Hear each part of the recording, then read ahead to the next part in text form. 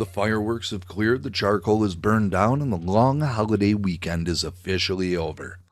But as millions of hardworking Americans packed up their flags and went back to work this morning, the cultural architects and the mainstream media were nursing a very different kind of hangover. An ideological hangover filled with pure, unadulterated resentment for the very country that feeds them. If you logged on to social media or turned on the network news over the last 72 hours, you didn't see a celebration of the greatest experiment in human liberty. Instead, you saw a coordinated torrent of anti-American vitriol. We saw tenured professors, progressive politicians, and corporate-funded activists using Independence Day as an annual grievance festival. They spent the weekend lecturing parents, disparaging the founders, and telling your children that patriotism is nothing more than a front for systemic oppression. They can't help themselves. They despise the flag because they despise the permanent truths it represents. Today, I'm going to do a full post-game review of the un-American rhetoric that flooded the airwaves this weekend. Because if we don't name this rot, we can't stop it from infecting the next generation. Let's look at the specific narrative that they pushed this weekend. The talking heads on television and the columnists in our legacy newspapers didn't look at July 4th as a moment of national unity. They treated it as an opportunity to run a psychological operation against the American spirit. One prominent academic went on a national broadcast to declare that singing the national anthem is an exclusionary practice.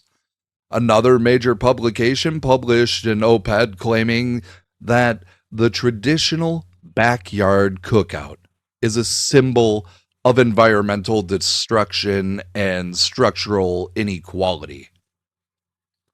That's not just bad commentary. That's the protest industrial complex operating at peak capacity. They've built an entire industry around making Americans hate their own heritage. They want to substitute the fire of 1776 with a permanent sense of collective guilt. They focus entirely on our historical flaws while completely ignoring the monumental triumphs that allowed us to correct those flaws. They want to tear down the statues, rewrite the textbooks, and convince your children that this nation was founded on a fraud. Why?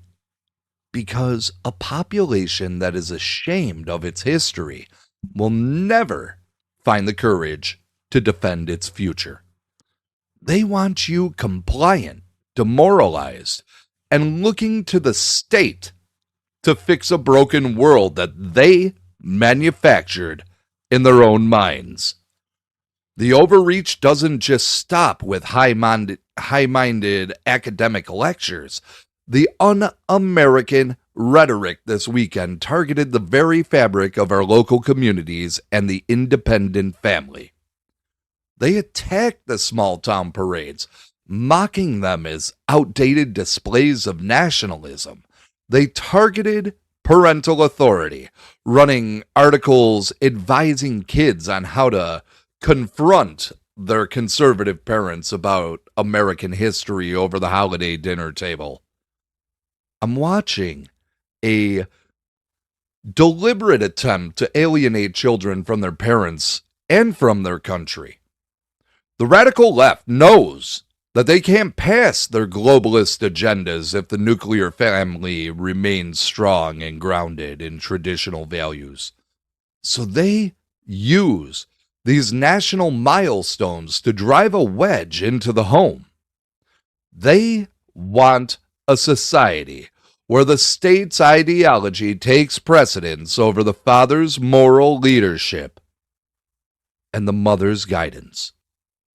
They want your kids looking to unelected bureaucrats in university faculty lounges for their identity, rather than God and family. But the silent majority is waking up to the game. We saw the bitterness online this weekend. We recognized exactly who was funding it. And we're drawing a line in the sand. We are going to keep flying the flag. We are going to keep teaching our kids the raw truth of American exceptionalism. And we are never going to apologize for loving this republic. The post-July 4th hangover from the elite proves that the battle for the soul of this country is fought every single day, not just on holidays. The left wants a permanent culture war. I'm demanding a return to foundational principles that made us the freest nation on earth. Don't let their manufactured bitterness dampen your patriotism this week. The values that built this country, faith, family, and unbreakable resolve, are still held by the millions of quiet, hardworking people who keep the gears turning while the elites complain. Stand firm in your neighborhoods, protect your family's traditions, and never let them silence your love for America.